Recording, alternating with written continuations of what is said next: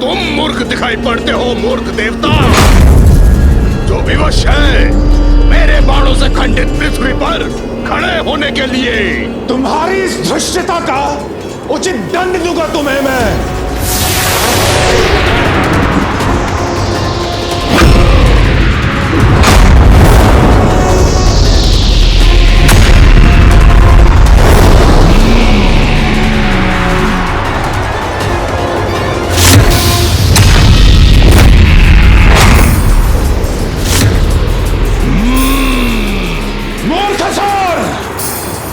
अब स्वयं संभालो मेरे वार का प्रभाव।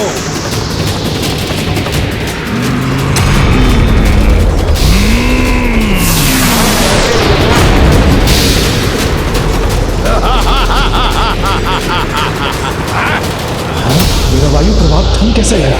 देखो मूर्ख वायुदेव, देखो तुम्हारी इस वायु प्रभाव का प्रभाव व्यर्थ हो रहा है। अब तुम सामना करोगे कुहुंड का, प्रचंड वार का।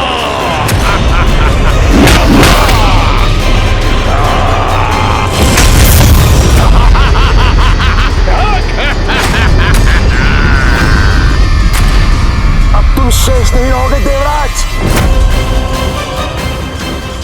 ये मैं तेरा बलहीन कैसे हो रहा हूं? कुछ भी कर लो देवराज, मुझसे मुक्त नहीं हो सकोगे तुम।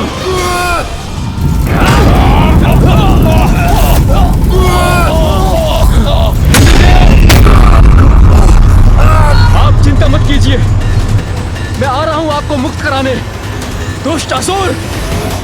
सर्वप्रथम इस अग्निदेव का उपाय करता हूं मैं। तुम्हें उठने की अनुमति नहीं है देवराज।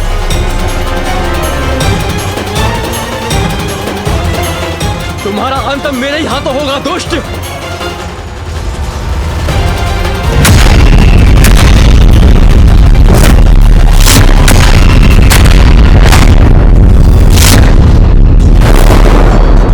असुरों में सर्वाधिक शक्तिशाली अवश्य होगे तुम, किंतु मेरी अग्नि शक्ति का सामना नहीं कर सकते तुम। यदि तुम अपनी रक्षा चाहते हो तो शीघ्र भाग जाओ यहाँ से। अग्निदेव, तुम कुछ नहीं बिगाड़ पाओगे मेरा। तुमने अपनी रक्षा का अवसर गंवा दिया है, अब मैं तुम्हें भस्म करूंगा।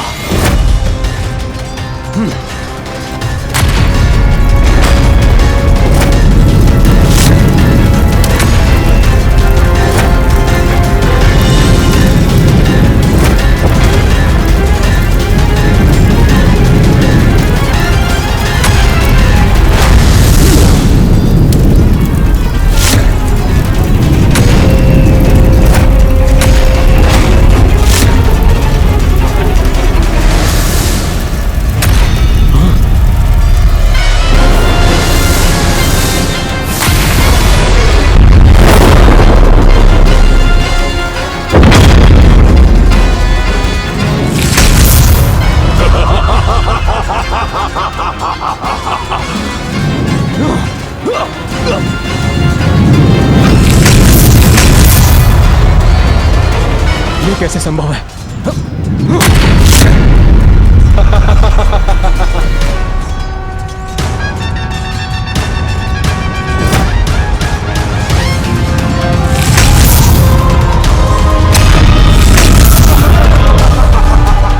संकट में है अग्निदेव।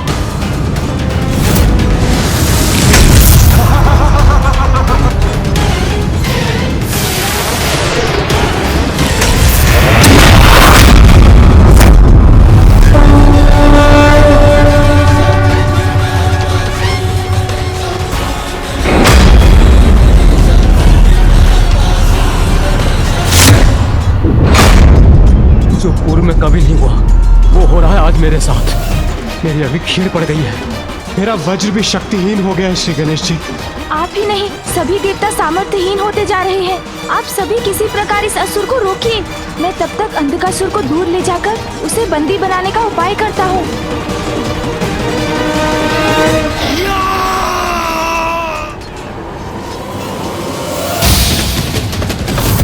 अब तुम नहीं बचोगे देवताओं।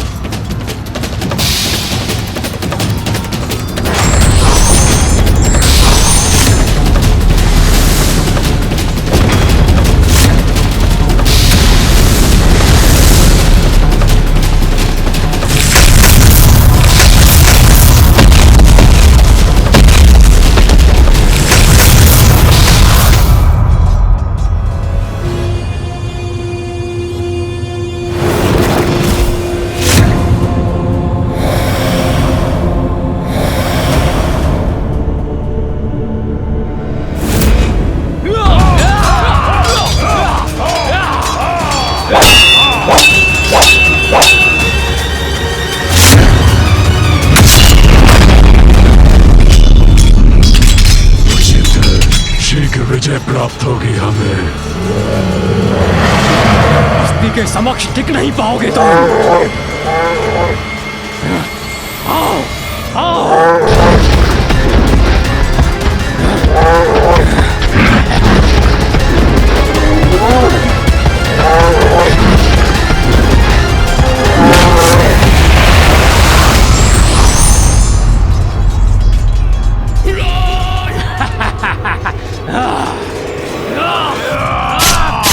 ये तो वही दुस्साहसी बालक है। इसे भी उचित पाठ पढ़ाऊंगा मैं। इसे घसीटता हुआ ले जाऊंगा असुरराज अंधकासुर के पास।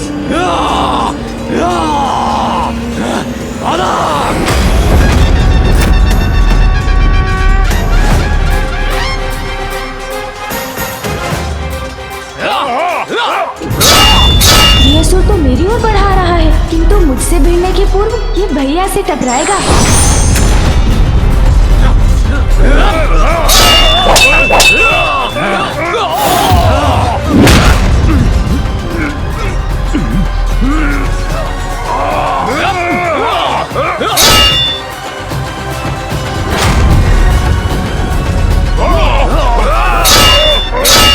गणेश और ये विशाल का असुर एक दूसरे के समक्ष है।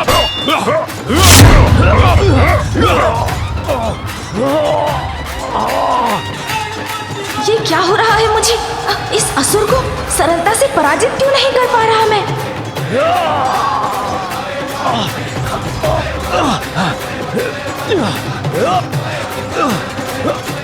गणेश कैसे रोकेगा इस असुर को?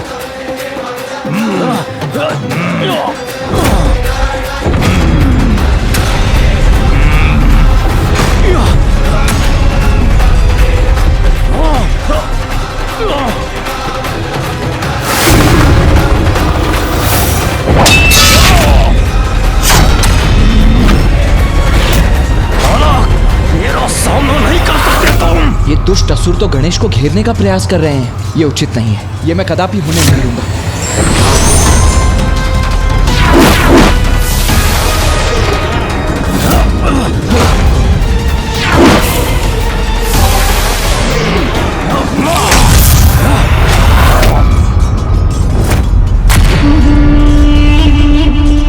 दोष तुम्हारा नहीं, तुम्हारी छल कपट से भरी आसुरी प्रवृत्ति का है दुष्टों।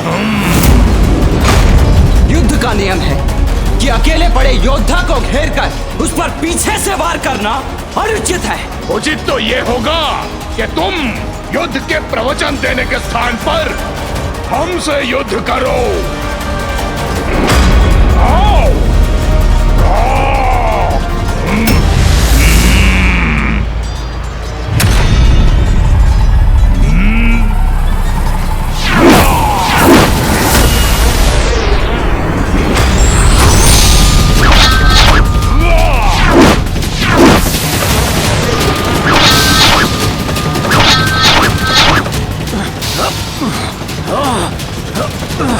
तुम नहीं बचोगे बालक। पराजय तुम्हारी होगी असुर। अति उत्तम अस्ति अति उत्तम। घसीट कर लेकर आओ उस गजमुख बालक को यहाँ। शीघ्र ले आओ मेरे समक्ष।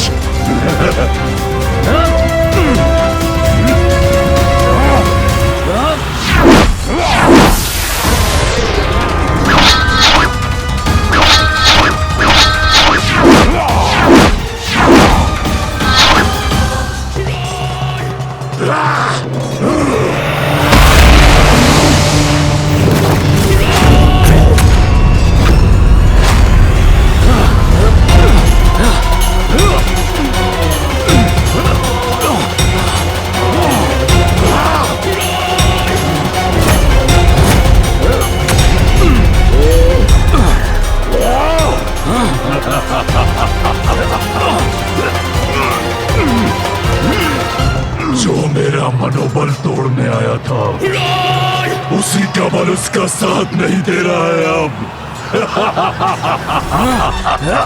शक्ति से नहीं, युक्ति से कार्य लेना होगा। हाँ, ये युक्ति सफल हो सकती है।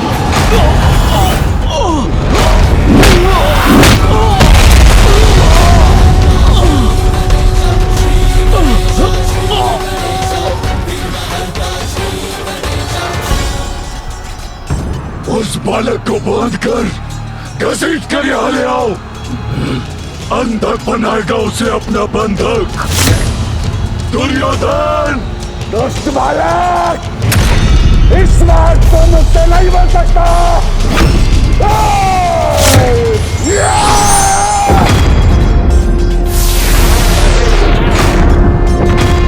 सर्वे भवन्तु सुखिनः, सर्वे सन्तु निरामया, सर्वे भद्राणि पश्यन्तु मा कश्चित् दुःखभाग् भवेत्। ॐ द्यौः शान्तिरन्तरिक्षं शान्तिः, पृथिवी शान्तिरापः शान्तिरोषधयः शान्तिः, वनस्पतयः शान्तिर्विश्वे देवा शान्तिर्ब्रह्म शान्तिः, सर्वशान्तिः शान्तिरेव शान्तिः। ब्रह्मदेव की मंत्र शक्ति से पीड़ित ये असुर हमारे समक्ष आने में असमर्थ हो रहे हैं। ॐ द्यौः शान्तिरन्तरिक्षं शान्तिः, पृथिवी शान्तिरापः शान्तिरोषधयः शान्तिः, वनस्पतयः शान्तिर्विश्वे देवा शान्तिर्ब्रह्म शान्तिः, सर्वशान्तिः शान्तिरेव शान्तिः, सामा शान्तिरेधि। ॐ द्यौः शान्तिरन्तरिक्षं शान्तिः। ये क्या हो रहा है हमारे साथ?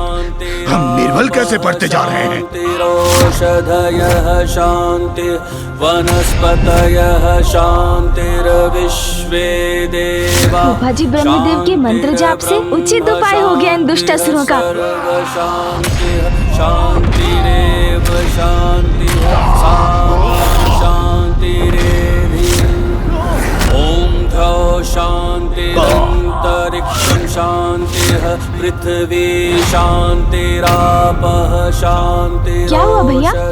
आपके मुख पर अभी चिंता का भाव क्यों है? ध्यान से सुनो गणेश, ब्रह्मदेव का स्वर भी मंद पड़ता जा रहा है। शान्तिर्ब्रह्म शान्तिः, सर्वशान्तिः शान्तिरेव शान्तिः, सामा शान्तिरेधि। ॐ शान्तिः शान्तिः। ये दुष्ट तो पुनः उठ रहे हैं।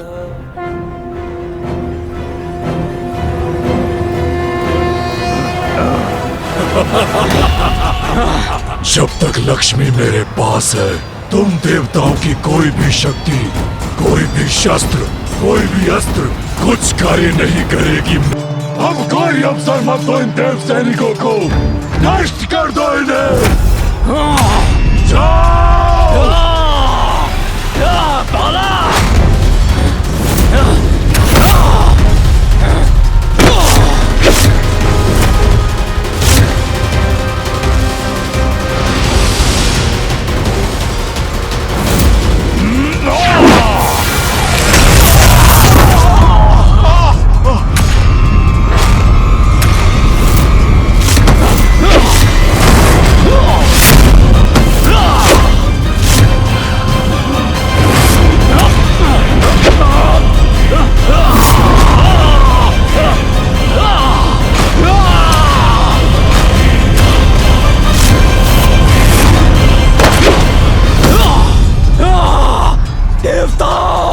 तुम्हारा काल हूं मैं।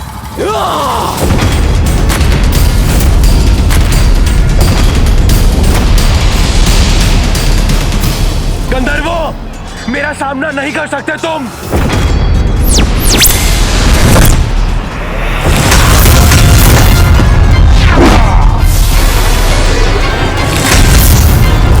आज तुम समस्त यक्षों का तुम के हाथों संहार होगा। मृत्यु को प्राप्त होगे तुम सब।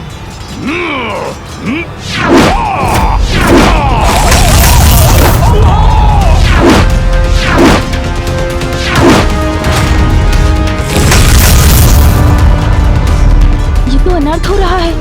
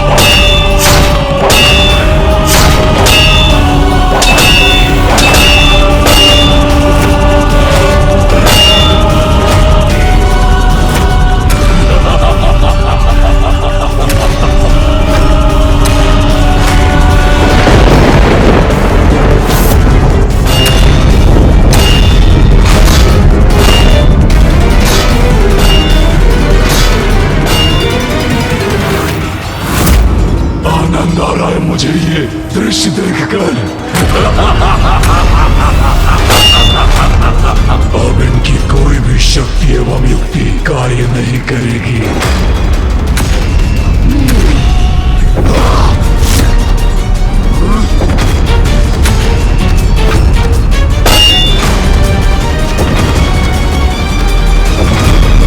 अब अंधकासुर अब क्या करने जा रहा है? पुत्र, अंधकासुर के असुर सैनिक यहाँ पर तो विजय पा ही रहे हैं। हमारी अशक्त और शिथिल पड़ी सेना को और हानि पहुंचाने के लिए वो अपने भवन से भी आक्रमण करेगा।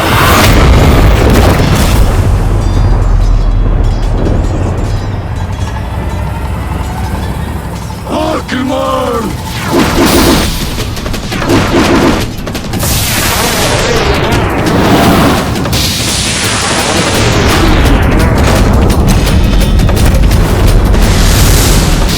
ये तो विषैले बाण है।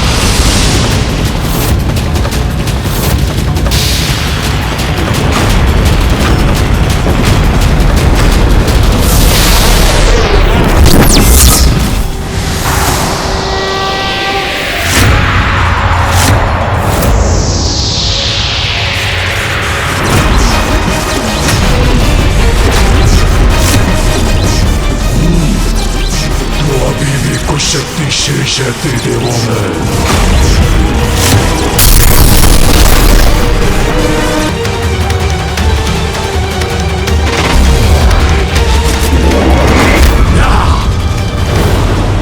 मैं और कितने समय तक इस आक्रमण को रोक सकूंगा, ये मुझे भी ज्ञान नहीं।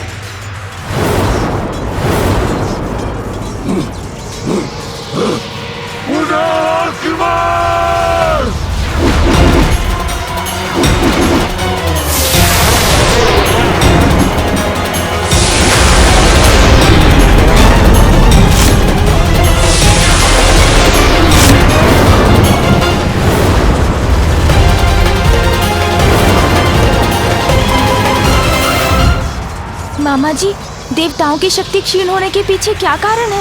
हम असुरों को पराजित क्यों नहीं कर पा रहे हैं? मैं बताता हूँ गणेश, ऐसा लगता है ज्येष्ठा लक्ष्मी की छाया पड़ गई है हम पर। अर्थात मामा जी? हाँ पुत्र, लक्ष्मी के जाने के साथ हमारी सारी शक्तियाँ भी चली गई हैं।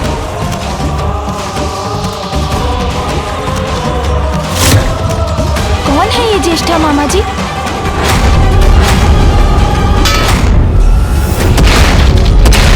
क्या बात हो सकती है? असुरों के समक्ष सभी देवगण निर्बल क्यों पड़ते जा रहे हैं?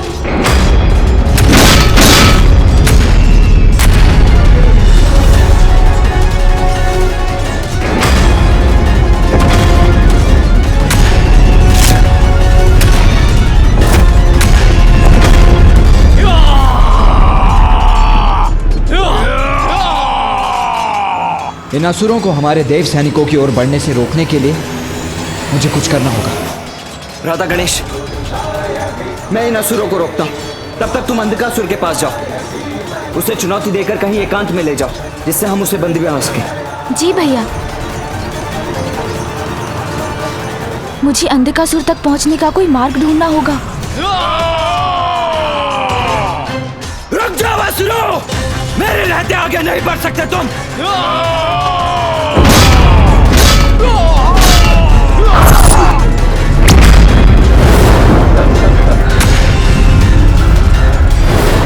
वो रहा दुष्ट अंधकासुर।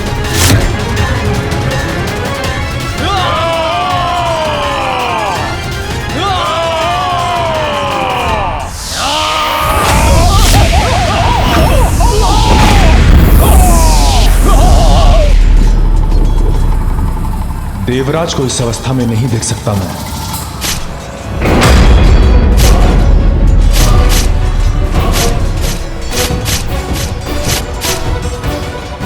ये बाण कहां से आए?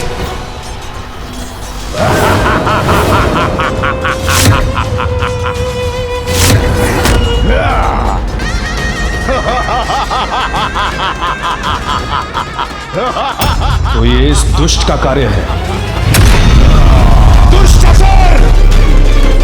वायुदेव हूं मैं, जिस पर प्रहार करने का दुस्साहस कर रहे हो तुम। अच्छा, किंतु जहां मैं खड़ा हूं वहां से तो तुम मूर्ख दिखाई पड़ते हो। मूर्ख देवता जो विवश है मेरे बाणों से खंडित पृथ्वी पर खड़े होने बचाने के लिए। तुम्हारी इस धृष्टता का उचित दंड दूंगा तुम्हें मैं।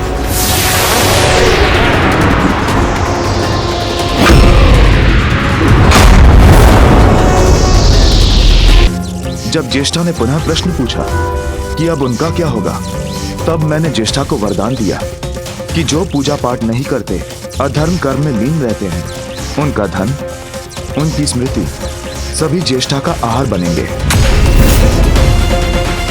और तब से सदा अधर्मियों की ताक में रहती है ज्येष्ठा। अर्थात ज्येष्ठा मामी जी के विपरीत है। जहाँ ज्येष्ठा का वास होगा वहाँ दुर्भाग्य की छाया रहेगी और वहाँ सौभाग्य की देवी माता लक्ष्मी नहीं रह सकती। किंतु यदि उन्हें यहाँ ले आए तो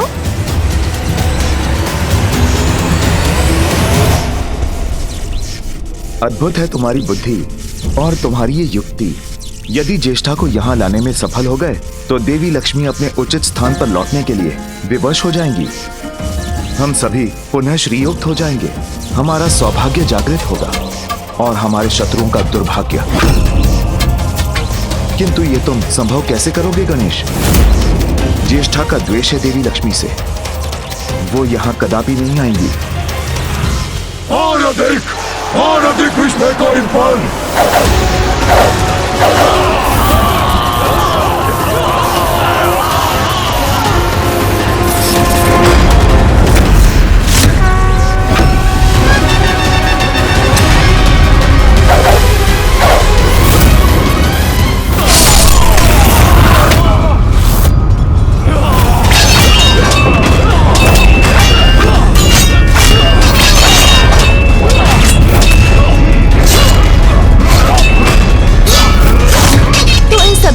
की शक्ति तो क्षीण पड़ती जा रही है। फिर मैं इन्हें युद्ध में इस प्रकार एकाकी छोड़कर कैसे जा सकता हूँ? पुत्र, समय नहीं है, जो भी करना है शीघ्र करना है। तुम शीघ्र जाकर ज्येष्ठा को लेकर आओ। यदि हम अभी श्रीयुक्त नहीं हुए तो सभी देवताओं का अस्तित्व मिट जाएगा।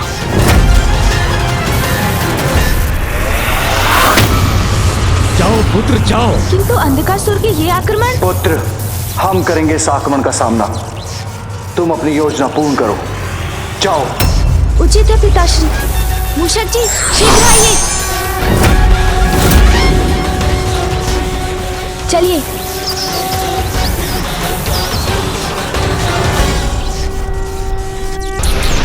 मूषक जी, ऐसे स्थान को ढूंढने में ही हमारी सुरक्षा निहित है।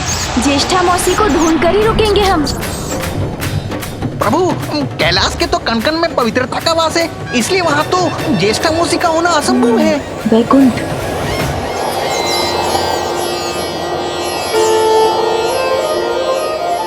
और मामी जी के वैकुंठ त्यागने पर भी वैकुंठ माता गंगा के समान पवित्र है, इसलिए वो वहाँ भी नहीं हो सकती।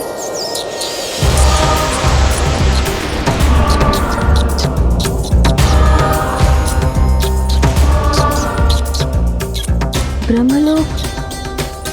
किंतु ब्रह्मलोक में तो माता सरस्वती की पवित्रता है और ब्रह्मदेव का वेद पाठ भी गूंजता है, इसलिए यहाँ देखना भी व्यर्थ है। हाँ प्रभु। सूर्यलोक में सूर्य देव का तेज है, इसलिए वो वहाँ भी नहीं हो सकती। और चंद्रलोक में तो चंद्रदेव की शीतल किरणें।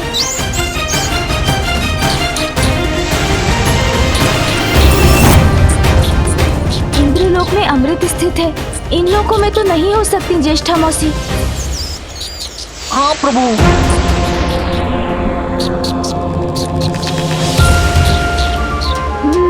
मूषक जी, पृथ्वी पर ही संभव है ऐसा स्थान। चलिए पृथ्वी की ओर। जी प्रभु।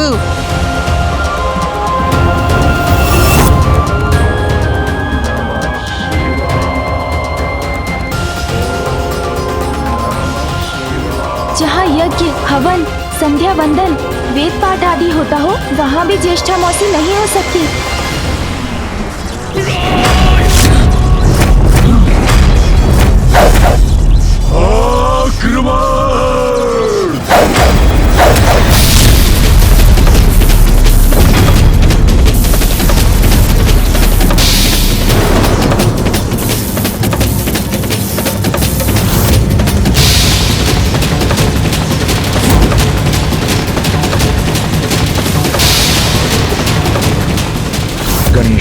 शीघ्रता करो, हमारी शक्तियां क्षीण हो रही हैं। जहाँ देवता, अतिथि, गौ की पूजा होती है, जहाँ बालकों को अच्छे संस्कार दिए जाते हैं, वहाँ भी ज्येष्ठा मौसी नहीं हो सकती। आगे बढ़िए मूषक जी। जी प्रभु।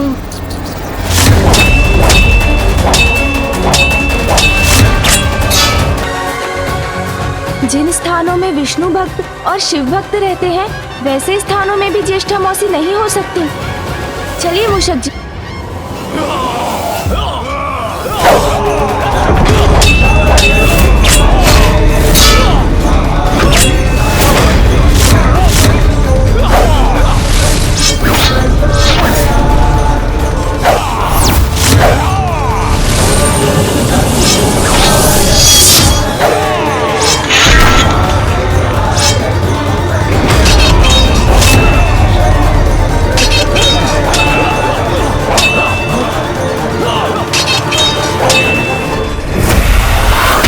हमें ज्येष्ठा मौसी को किसी अन्य स्थान में ढूंढना होगा मूषक जी।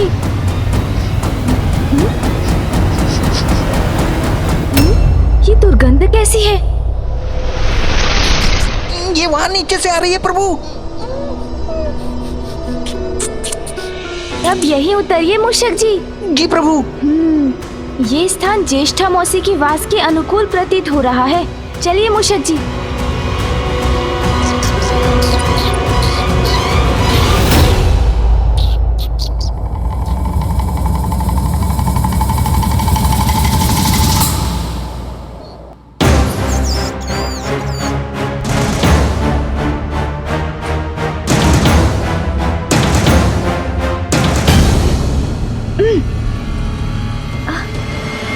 अत्यंत दुर्गंध है यहाँ।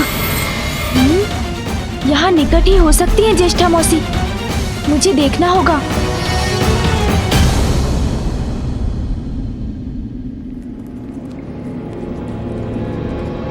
किंतु कहाँ हो सकती है? वहाँ कोई है।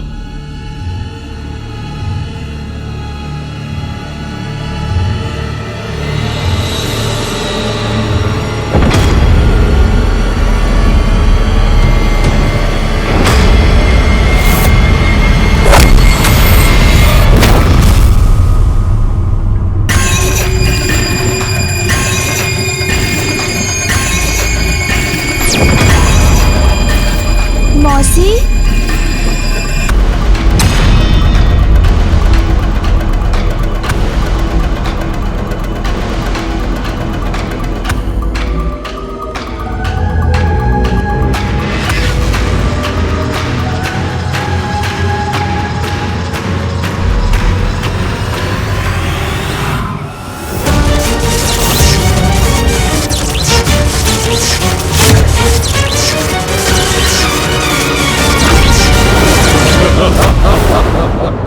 कौन मौसी?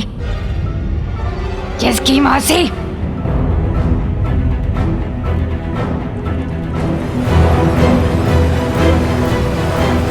कौन हो तुम? सर्वप्रथम तो मेरा प्रणाम स्वीकार कीजिए मौसी। उसके बाद मैं आपको सब बताता हूँ।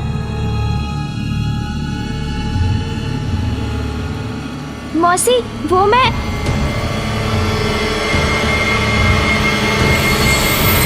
आप माता लक्ष्मी की बहन है ना? सत्य है, हूँ लक्ष्मी की बहन। तो उससे क्या? माता लक्ष्मी मेरी मामी है, तो आप मेरी मौसी हुई ना? जो भी है, मैं तुम्हें मेरी स्मरण मुद्राएं आदि कुछ नहीं दूंगी। जाओ तुम, जाओ यहाँ से, जाओ। ज्येष्ठा मौसी तो कुछ सुनने के लिए तैयार ही नहीं है। तुम गई नहीं? हाँ? क्या क्या चाहते हो तुम? हाँ? और ऐसे क्यों घूर रहे हो मुझे? मैं तो बस मौसी, किंतु कोई बात नहीं। क्या कोई बात नहीं? मूषक जी, मैंने कहा था ना मूषक जी, ज्येष्ठा देवी कहीं अधिक सुंदर है। नहीं नहीं प्रभु, माता लक्ष्मी की तुलना में इनकी सुंदरता कुछ नहीं। आप शांत रहिए मूषक जी। आप ठहरे मात्र मूषक, आप भला कहाँ पर रख सकेंगे इनकी सुंदरता? हाँ, उचित है। इस मूषक को कहाँ सुंदरता की परख? हाँ मौसी, मैं भी तो यही बोल रहा था। हाँ, मुझे ज्ञात है कि आप अधिक सुंदर हैं, किंतु इन मूषक जी के समान सभी को लगता है कि मामी देवी लक्ष्मी अधिक सुंदर है। अब ये मैं कैसे समझाऊं सभी को? हाँ मौसी, इसका तो एक ही उपाय है कि आप मेरे साथ चलें। मामी देवी लक्ष्मी और आप एक दूसरे के समक्ष आएं, तो ये सत्य स्पष्ट हो जाएगा।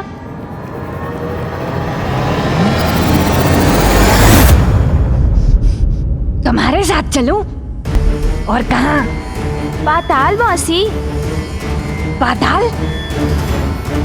किंतु लक्ष्मी का स्थान तो वैकुंठ में है। हाँ, वो वैकुंठ में वास करती थी। समझ गई। वैकुंठ से संतुष्ट नहीं थी, इसलिए पाताल पर भी अपना अधिकार जमाने आ गई है वो। अब महत्वाकांक्षा की तो कोई सीमा ही नहीं होती मौसी, किंतु आप चलिए ना मेरे साथ। वैकुंठ उसका, तो क्या पाताल भी उसका हो जाएगा? नहीं, पाताल पर केवल मेरा अधिकार है और सदा मेरा ही रहेगा। और वैसे भी मैं उसके निकट जाऊंगी तो वो स्वयं ही पीछे हट जाएगी। नहीं मौसी, ऐसे थोड़ी कहीं जा सकती हैं वो। मेरी मामी है, उनको समझाऊंगा मैं। आप तो चलिए। उससे कहीं अधिक सुंदर और मंगलमयी हूँ मैं, याद है मुझे। किंतु परिस्थिति ही कुछ ऐसी थी कि सर्वथा उचित कह रही है आप मौसी, किंतु अभी तो अवसर है उन्हें सत्य से परिचित करवाने का, इस संपूर्ण संसार के समक्ष ये प्रमाणित करने का कि आप माता लक्ष्मी से कहीं अधिक उत्तम है। और हाँ, देव देवियों की गणना में भी आपका उचित स्थान होना चाहिए मौसी। उचित है, किंतु मुझे ज्ञात है कि मैं कब, कहाँ और कैसे जाना चाहूंगी। युक्ति तो कार्य कर गई, अब बस मौसी ज्येष्ठा को वहाँ तक ले जाने की देर है, ताकि देवासुर संग्राम में अंधकासुर के असुरों को उचित पाठ पढ़ाया जा सके।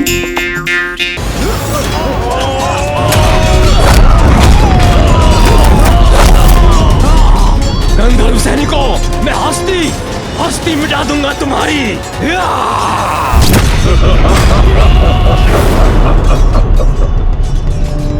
शक्तिहीन हो रहे हैं त्रिदेव, शीघ्र ही खंडित होगा ये दिव्य कवच। फिर सभी देवता बनेंगे अंधक के बंधक।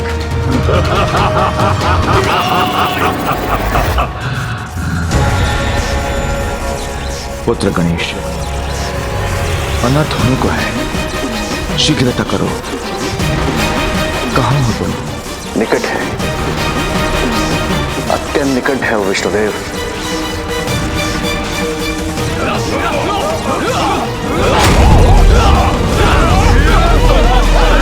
ये क्या? इस युद्ध स्थल पर मुझे क्यों ले आए हो? मौसी, मुझ पर विश्वास कीजिए, ये युद्ध माता लक्ष्मी के लिए ही हो रहा है। हाँ हाँ, उचित है, मुझे कोई आश्चर्य नहीं है। अवश्य अपने गर्व के लिए देवासुर संग्राम करवा रही है वो, किंतु है कहाँ वो? मामी जी तो राजभवन के भीतर है। मैं आपको वहाँ ले चलता हूँ।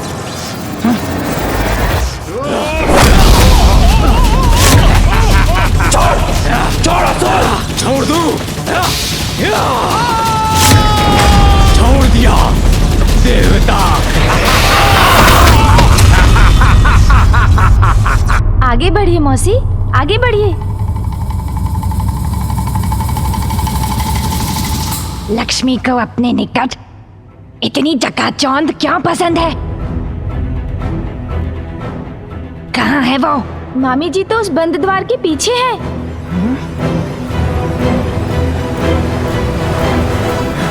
रुको! तुम यहाँ कैसे आ गए? और ये बुढ़िया कौन है? मूर्ख! बुढ़िया किसका बोला तुमने? मौसी आप चिंता मत कीजिए, आप यहीं प्रतीक्षा कीजिए। इन्होंने आपका अपमान करने का दुस्साहस किया, इसका उचित दंड देता हूँ इन्हें। अब मैं और अधिक विलंब नहीं कर सकता। मुझे शीघ्र देवगणों की क्षीण हुई शक्ति पुनः लौटाने के लिए मामी जी को पूर्ववत और मौसी ज्येष्ठा को उनके स्थान पर स्थित करना होगा, किंतु इससे पूर्व इन असुरों को मार्ग से हटाना पड़ेगा। मामी जी निकट आ रही हैं। श्री के आशीर्वाद से मुझे पुनः शक्ति प्राप्त हो रही है। दुष्ट असुरों, मेरी मौसी के साथ अभद्रता का व्यवहार करोगे तो ये लो।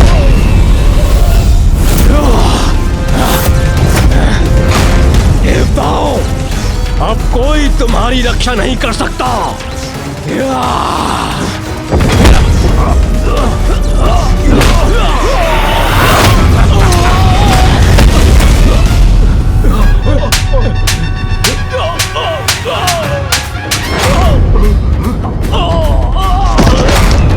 एक को तो पाठ पढ़ा दिया, अब दूसरे की बारी।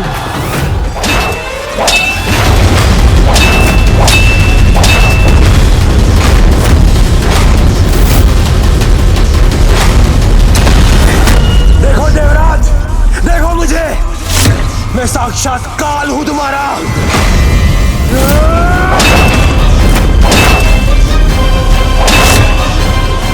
रुकूंगा नहीं मैं देवराज, तुम पर होने वाले प्रहार रुकेंगे नहीं।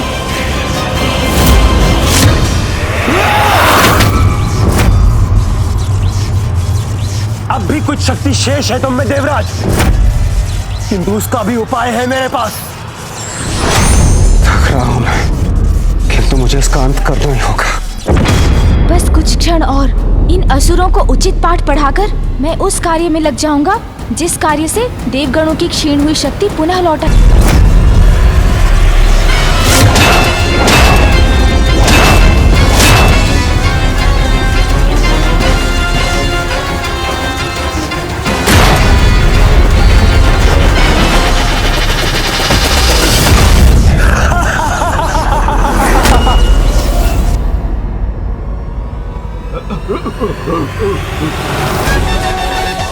अरे, इस पर तो मैंने अभी तक कोई प्रहार ही नहीं किया। हर क्रिया की प्रतिक्रिया होती है, ये नियम तो मुझे ज्ञात है, किंतु बिना क्रिया के भी प्रतिक्रिया हो सकती है। ऐसे नियम तो उन्हीं के समक्ष उत्पन्न हो सकते हैं जिनके कर्म और उपस्थिति दरिद्रता के निकट हो। प्रतीत होता है ये स्थान दरिद्रता के समान अनुकूल है।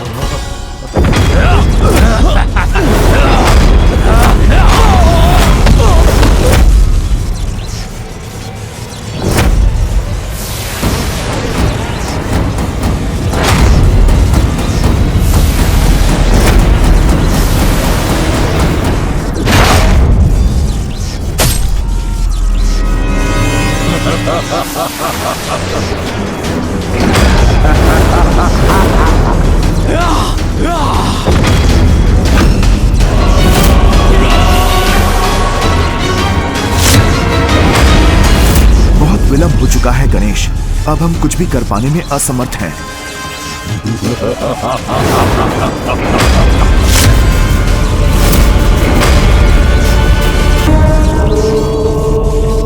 ज्ञात नहीं हम कब तक इस आक्रमण को रोक सकेंगे। मामा जी, देवताओं की शक्ति क्षीण होने के पीछे क्या कारण है?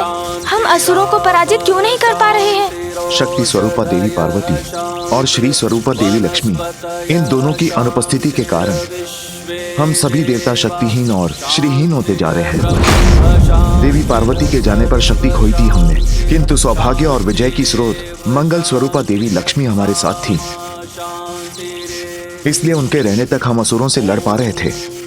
किंतु अब देवी लक्ष्मी के प्रस्थान से भाग्य ने भी हमारा साथ छोड़ दिया है और हमारी शक्तिहीनता स्पष्ट दिखाई दे रही है। भीतर से खोखले हो चुके हैं हम। ऐसा लगता है ज्येष्ठा अलक्ष्मी की छाया पड़ गई है हम पर। ज्येष्ठा लक्ष्मी मामा जी? हाँ पुत्र, ज्येष्ठा देवी लक्ष्मी की बड़ी बहन है। ये उस समय की बात है जब अमृत प्राप्ति के लिए समुद्र मंथन चल रहा था। लगता है इस मंथन का शुभ परिणाम हमें प्राप्त होने ही वाला है।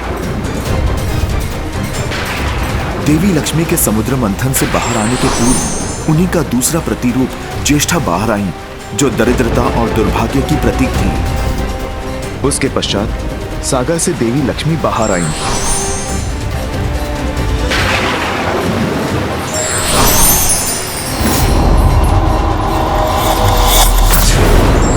लक्ष्मी का वास तो बैकुंठ हो गया, किंतु ज्येष्ठा पर किसी ने ध्यान नहीं दिया। नारायण के तिरस्कार के बाद अब मुझसे विवाह कौन करेगा? तब दूसरा नामक एक ऋषि ने ज्येष्ठा से विवाह कर लिया।